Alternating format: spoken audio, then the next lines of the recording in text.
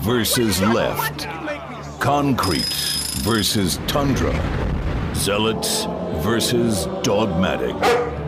One man steps into the gauntlet of rhetoric with flags of justice, truth, and honor, with a new vision for the last frontier and the courage to tell all Alaskans, bring it on. This is the Tom Anderson Show on the Talk of the Valley from 4 to 6 p.m. on KVNT 92.5 FM and 1020 AM. From Matsu to Anchorage, phone lines are open. Dial 357-5868 and join the conversation. Weigh in on the Valley's most popular news and political forum. Are you ready to rumble? Here's Tom Anderson. Well, we're back, 5:06 p.m., November 7, 2014. It's the second hour of the Tom Anderson Show, Science Friday, Allison Van X Science Friday. We have our expert in Allison, and I tell you, we have the eminent Richard C. Hoagland on for 2 hours today, and we're going to have the YouTube videos of his interview from last week on Halloween, and certainly for tonight's interview, we'll have that online by Sunday. If you want to weigh in on the conversation, 907-357-5868. I know there's a lot of folks listening online abroad, so they're welcome to call in or ask a question by email. Now, Richard, before we go back to the interview, we do have a call in, someone patiently waiting. Sharon from Alaska here. Welcome to the program. What's on your mind? Hello? Hi, we can hear you, Sharon. What's on your mind for Richard C. Hoagland? Let's try that again, Sharon. Can you hear us? I can barely hear you. Somebody clicked something and I can't hardly hear. Okay, well, what's your question for Richard C. Hoagland? Okay, I was wondering, you've been talking a lot about volcanoes and stuff. What about space junk? Are we in trouble?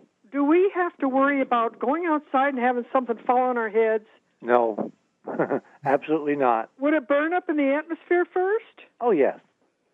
Okay, Big pieces are very, very rare. Tiny things that burn up happen all the time. If you go outside, I live in the desert north of Albuquerque. You go outside, you're taking the trash out, you look up, ding, there's a meteor. That's a piece of space junk, and it's about the size of a fleck of sand. So it burns up, Richard. Now, I have a question on the tail of, no pun intended, on the tail of Sharon's question, which is when we launch, I think of the Cassini mission, or we talk about launching new space shuttles, privatizing, or perhaps, a payload going up a satellite, or maybe the mission to Mars, or when you go up, we're going to help raise money for you, Richard C. Hoagland, to get up there and check out the Earth from a different vantage point. Is there any risk there of hitting space debris or junk?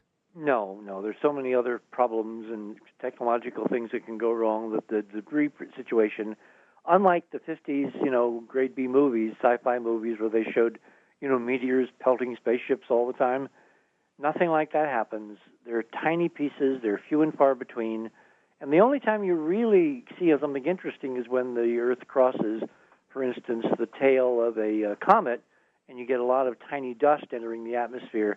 Like if we had been on Mars a few weeks ago, October 19th, when the comet sighting spring passed Mars, half as far away from Mars as the moon is from the Earth.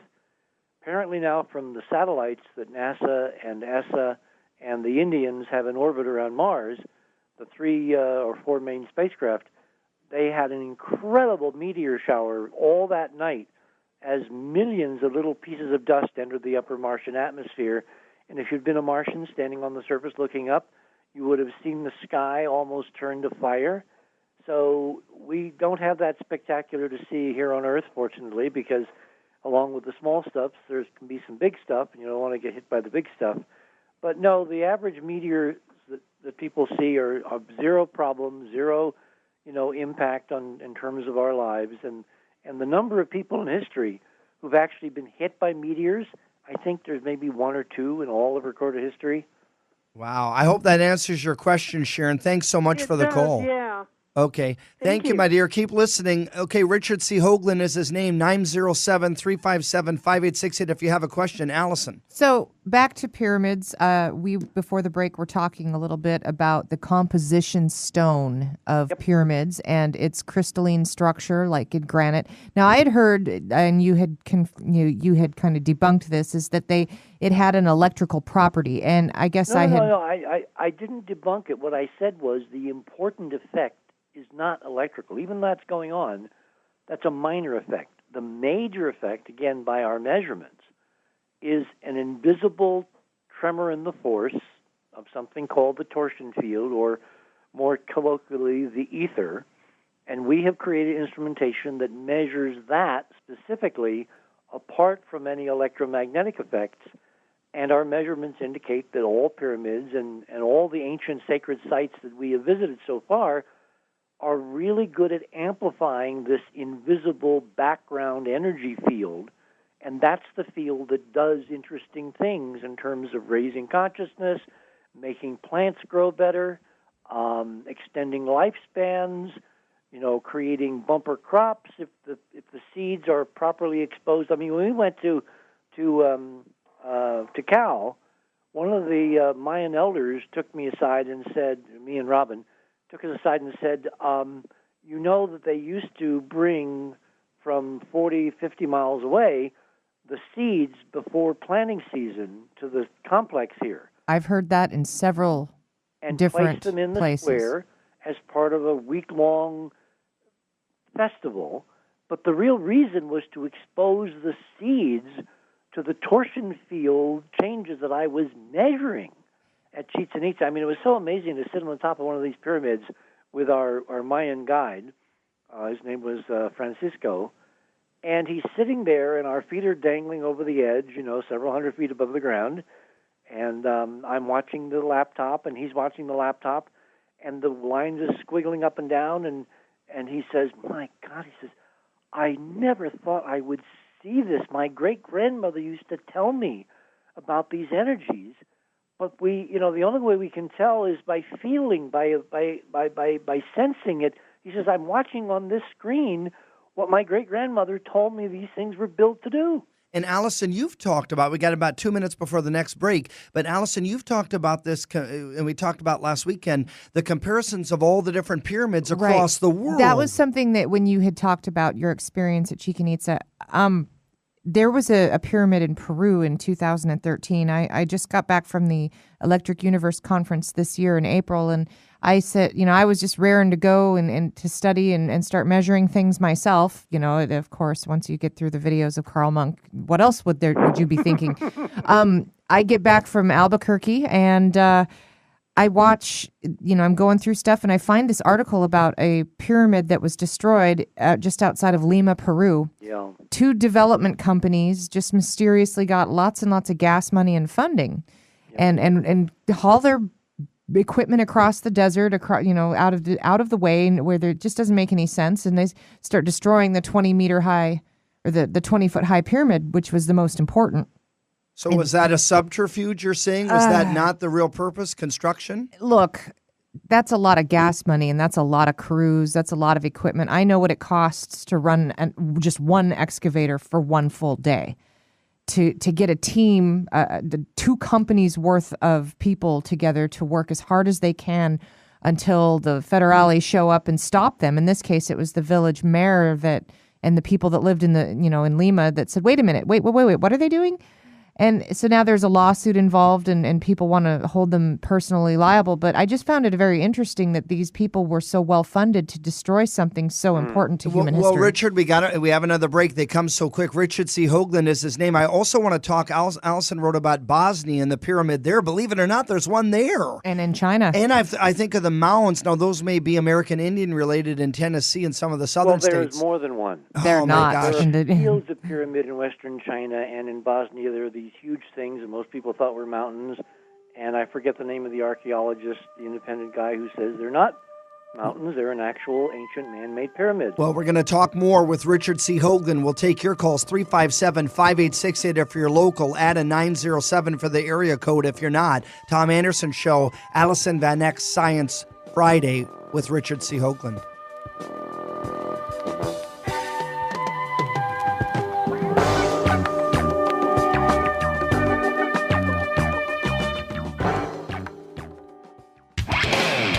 This is the Tom Anderson Show on the Talk of the Valley from 4 to 6 p.m. on KVNT 92.5 FM and 1020 a.m. From Matsu to Anchorage, phone lines are open.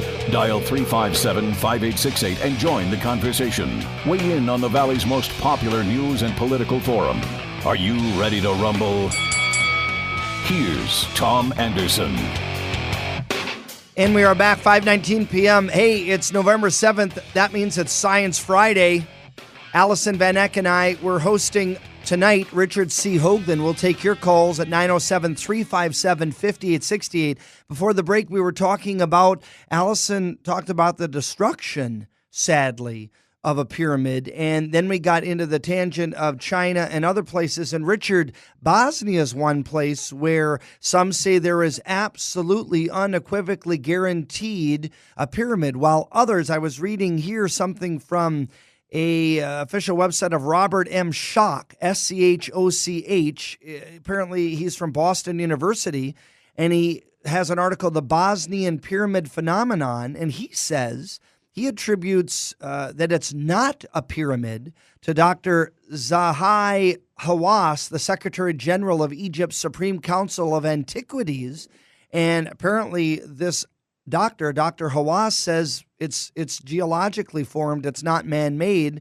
But Dr. Schoch from Boston University says what's interesting is the Egyptian professor never traveled to Bosnia, so how would he know? And whenever you see these formations, the analysis of them and the articles, are you skeptical if people haven't been there to pursue the research like you do?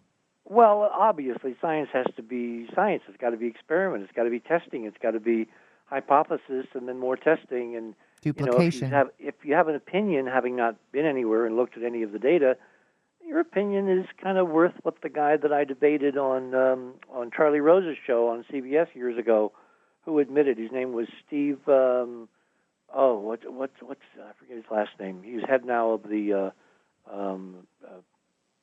Spirit and Opportunity rover programs on Mars. He's out of Cornell University, and I'm blanking on his last name. Anyway, he debated with me on the concept of intelligent ruins on Mars, starting at Cydonia, and he admitted to Charlie at the top of the show, he said, well, I haven't looked at any of the pictures. Yeah. You mean, is it Steve's, is it Squires or Squires? Steve Squires. Squires, yes, okay. Squires. I find that funny. And in Egypt, it's Zahi Hawass. He was, until he was fired with the change of regimes a couple times. He's no longer, head of the Antiquities Department. But he was in charge of antiquities and ancient structures and architecture and pyramids and all that for Egypt for at least a decade, if not maybe longer. And he had very strong opinions, including some about me. He actually threatened to cut my head off and throw it in a ditch in Egypt if I came to Egypt. And this was officially printed in El Aram, the Arab newspaper in Cairo. I wasn't the only one. It was also Robert Baval who he threatened to do that to. And they've kissed and made up, and they've had tea together. So if I go to Egypt someday and I run into Zahi, I don't think I'm going to be afraid of anything. But, the Middle East is known for, shall we say, slight overstatement when they are arguing passionately a particular point. Mm-hmm. So I would take losing your head, Richard, losing your head. What Allison and I don't want to hear is, hey, Richard C. Hoagland lost his head in Egypt. And I'm thinking, God, is he back on the Jägermeister? No, it was literal. It was literal, yes. Anyway, it's actually El Aram. If you Google El Aram and that phrase and all that, you'll find it. Somebody will find it, and I'm sure post it on YouTube or someplace.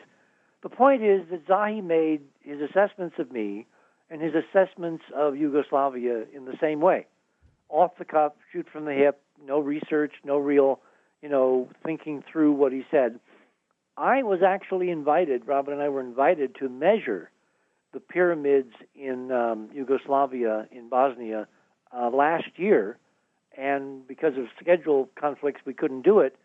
But I'm hoping that I'll be able to do it next year in 2015, which will be right after the Pluto flyby by the New Horizons spacecraft in mid-July. And yes, there are measurements, Allison, of strange radio signals, energy broadcasts coming from the top of the Bosnian pyramid, and they don't come from natural mountains. That's a crucial thing. The control is that if you take these receivers up to the top of a peak, a natural peak, you don't get this kind of result. Signal that, and I forget again the scientist in Bosnia's name, has gotten with a team of international investigators, including some geologists and archaeologists from Egypt. You know, Zahi is alone. There's other Egyptians that say, no, this guy's onto something, this is really cool.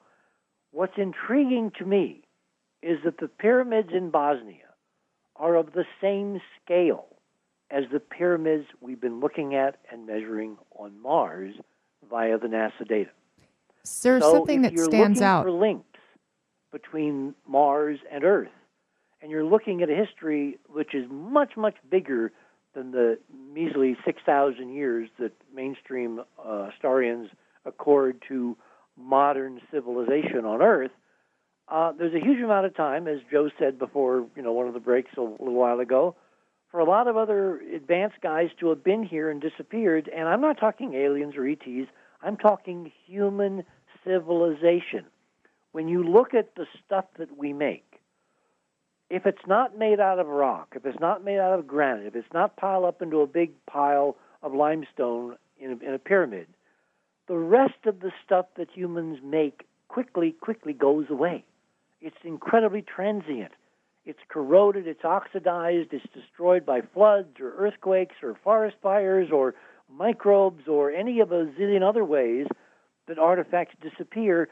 And so if you're looking for evidence of ancient extraterrestrial technologies and high-tech civilizations on Earth, you got to maybe go beyond the Earth and look at the rest of the solar system and then back-engineer where the stuff you find on Mars or find on comets or find on asteroids or find on other planets came from, because obviously it couldn't have come from Earth. Now, there's a situation we're confronting right now, which is what I wanted to spend the bulk of this afternoon talking about, and obviously we can't, which is this European Rosetta mission to a comet called 67P Churyumov-Gerasimenko, better known as 67P, which was approached and visited by the Rosetta spacecraft last August 6th. It's been there now a couple, 3 months, orbiting this little comet nucleus, which is 2.5 miles across. And the stunning news, which has not been announced to the world, because obviously they don't know how to announce it, and until they announce it, nobody's going to do anything officially because they won't move unless there's official authorization to move on something like this. The Rosetta images coming back have shown us a plenitude of artificial ancient eroding structures on this so-called comet nucleus, alongside of which are a series of very bright, hard-edged geometric objects looking like they're made out of aluminum or steel because they're incredibly much brighter than the background comet, which is about 5% reflectivity, and this stuff's reflecting over 90%. And they look for all the world like a succession of small spacecraft from ancient civilizations, a whole parade of them through millions of years, which have dropped down on this little comet to do the same thing that Rosetta is now doing from orbit, which is to find out how this thing fits into our real, extraordinary, expansive, millions of years old human history, which is being in every direction, as I've described over the last hour, and some callers have called in and voiced their opinion about, rigidly and ruthlessly suppressed. So something that I wanted to ask, does that lend any credence to the theory that there might have been a catastrophe that took a lot of Mars crust, specifically 5 miles of the northern hemisphere, off of the planet? Actually, it's the other way around. If you go to the model that we have been championing with data and with papers over the last 20, 30 years, including a major paper called the Tidal Mars Model, which is posted on Enterprise, and you can read it, again, for free, I and my colleagues, particularly the late Dr. Tom Van Flandern, were arguing very forcefully that, in fact, there used to be more planetary members of the solar system than currently orbit the sun now. So then that the idea that we've had a planet in between Mars and Earth somewhere that has been destroyed. And it blew up. Or, and this is even more extraordinary, it was blown up, which is a totally different scenario. Well, I've heard some of the mythology supports this, that Lucifer, in fact, was a planet. And that was the name of the body that we lost. I've heard the rendition that it's Mars that had a discharge between Earth, Venus, and Mars that caused the Valles Marineris. That's the electric universe, guys. You know, I take some credence from their stuff as well. You have to go and look at all the data, not just part of the data. And what the electric guys do is they throw everything else out and they only look at that which validates their idea. And that's not the way you do science. Hey, Richard C. Hoagland is his name. Richard, we got to go to a break. We got hard news. We were just talking about after sailing through space for more than 10 years, the European Space Agency's Rosetta spacecraft is going to land next week. We'll talk more about this. Tom Anderson Show, Science Friday with Allison Van Eck and Richard C. Hoagland.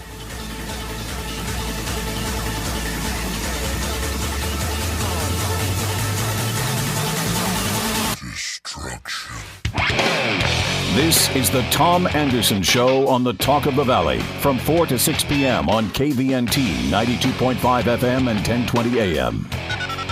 From Matsu to Anchorage, phone lines are open. Dial 357-5868 and join the conversation. Weigh in on the Valley's most popular news and political forum.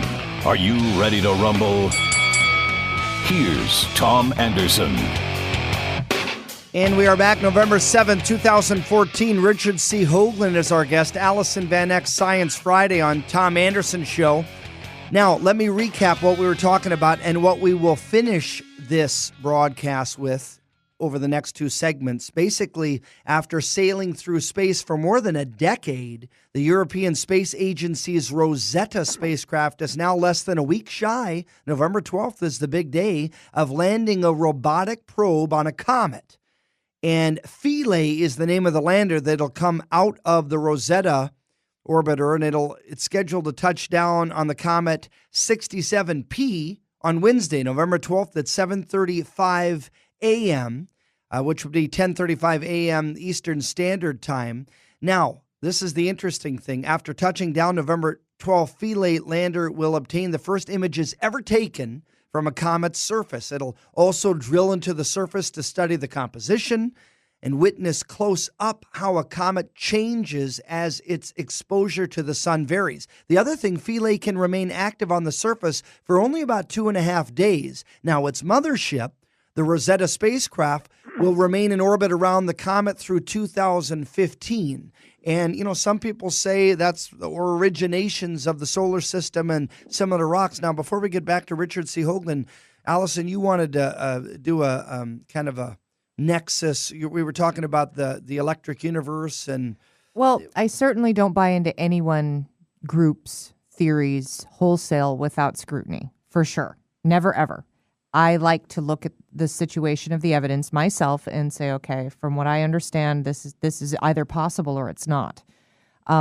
I caught the vibe immediately when I dealt with the electric universe that there was a lot of information going in. And this is a group of scientists that meet year annually. Right, and not everybody agrees. There was a lot of different people who said, look, your theory proves my theory. And they're like, well, hush your mouth. We don't want your theory piggybacked on our theory. And so, you know, I wanted to just caveat that by, you know, what I said earlier, saying, you know, I see some merit that, look, when we look at a scan of Mars, the northern hemisphere is 5 miles of crust missing. When we look at Mars, Valles Marineris is 7 times the size of the Grand Canyon, yet on a planet 1/3 the size of ours. When you look at the Grand Canyon, we used to, you know, standard geologists say, oh, it's just this, it's so old, it has to be, look at the erosion. But when you look at the models that they've replicated in laboratories for geology as it's exposed to electric forces, you can move stuff literally across the lab table with with some static. That is significant evidence that there's something going on. I noticed that the Electric Universe people were not trying to admit that there were advanced civilizations on Mars. When I used the word Cydonia, they had a fit.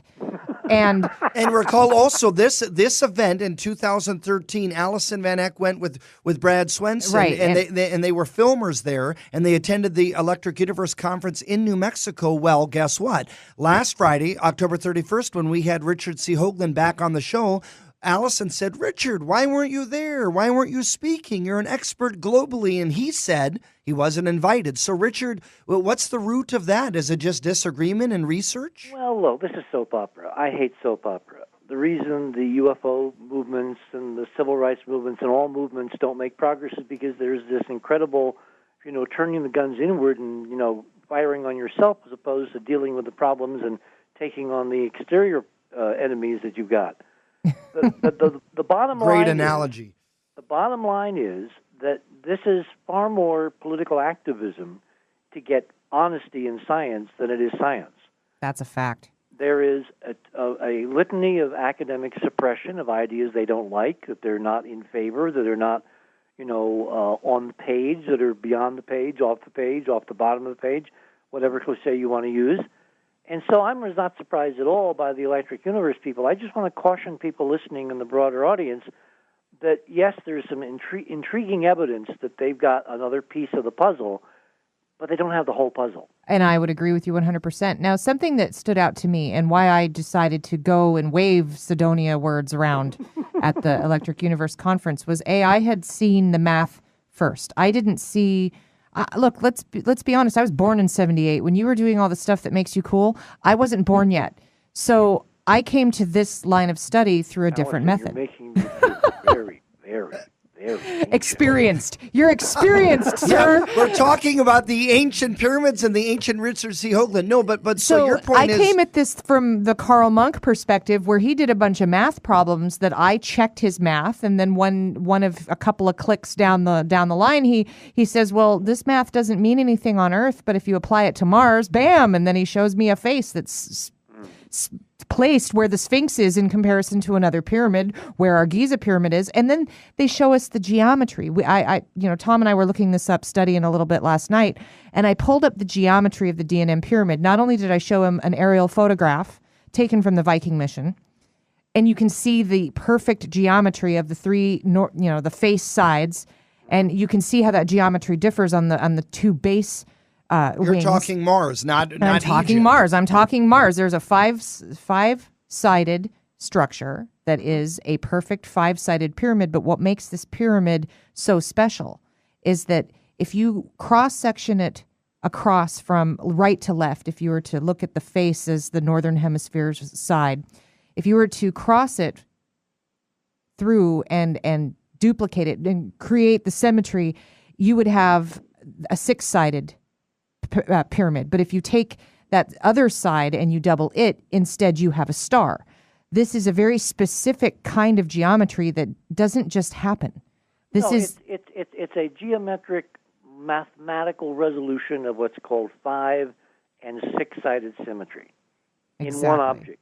And that is very profoundly intelligent mathematics. That is not something that just appears. Not only is it that, but it also, back if you read Monuments of Mars, my first book on all this, which is kind of hoary and hairy, it's back in, the first edition was published in 1987. There's been a lot newer editions published. There's a 5th edition running around out there. The bottom line was that when you look at Sidonia, at the layout of the face, the D&M pyramid, which I named after DiPietro Molinar, who first found it but didn't really understand it back in the 80s, and then the rest of the city complex, which is a series of pyramids in a geometric configuration just to the northwest of the D&M pyramid. That whole complex has a resonant, redundant, overlapping mathematical message, which translates ultimately into this hyperdimensional physics that I've been talking about for a long time. And what the ultimate meta-message of Sidonia seems to be in the D&M, where you have that 5-sided symmetry and the 6-sided symmetry in one object that you can resolve mathematically, it turns out that it's saying something like, and I'm going to paraphrase, the physics is applicable to material things, that's the 6-sided symmetry, including flows of energy. It's also terribly essential and underpinning of 5-sided symmetry, which is the foundation of biology. Fibonacci. So in one object, in one complex, The on one Fibonacci planet code. that's not this one, you've got a meta message for life and existence in the universe, and that's exactly the kind of thing that an ancient civilization would leave to its dim, distant descendants somewhere millions of years down the line. Richard C. Hoagland is his name, folks. If you want to weigh in on this, 907-357-5868. For those listening online, 5868. Now, Philae, I do want to get into that. We got about a minute left on this segment and one more. And China on the moon, Richard. Someone on Facebook wrote in. You made one major mistake in your recitation of Philae. It's not dying after 2 weeks. So it continues. It has solar cells, and one of the prime engineering requirements, which is why they've taken a couple months to do this, is to find a site on this rapidly rotating, very weirdly shaped thing called a comet nucleus that looks like two barbells, held together with a very short rod in the middle, and it's rotating barbell over barbell. In other words, it's not rotating along the long axis, it's rotating along the short axis, which means half of it is in sunlight all the time and half of it is in darkness all the time. And as it rotates, Rosetta has been orbiting very far away, 20, 30 miles in some places, down to 5 miles at other times, building up these maps so they could find a spot on 67P where when they touch little Philae down, it's about the size of a suitcase, weighs about 200 pounds, it will have sunlight 24/7 for its solar cells, so it doesn't go into the darkness and loses electricity, and its instruments will function. The idea is that from orbit and from the surface, they will monitor the activity, the outgassing jets, the increasing amounts of dust being jetted away from the comet, the melting of ices, which are presumed but have not actually been measured yet. As this thing gets closer to the sun, in August of next year, it passes its closest point to the sun, and the idea was to ride with it in orbit with Rosetta, the mothership, and ride with it on the surface with little Philae, which is named after an island which is very famous in the Nile, historic memento to ancient Egyptian history, and I'll get into that in just a second. And to record the change of activity as the comet goes through this heat pulse when it passes closest to the sun. Now, when you say close to the sun, it's only going to get about 1.8 times as far away to the sun at the closest point as we are. So it's kind of halfway between the orbits of Mars and Earth. So it's not going to get very warm, but the gases that make it up in the model, in the standard model, will evaporate, will sublime in the vacuum, outgas, and create these jets and take dust with them and create a very spectacular, showy event that Philae and Rosetta will monitor all the way through till December of next year. So when we get back from the break, can you tell us a little more about whether you believe gases are going to come off this comet? Is it a snowball or not? We'll come right back. Tom Anderson Show, Science Friday with Richard C. Hoagland.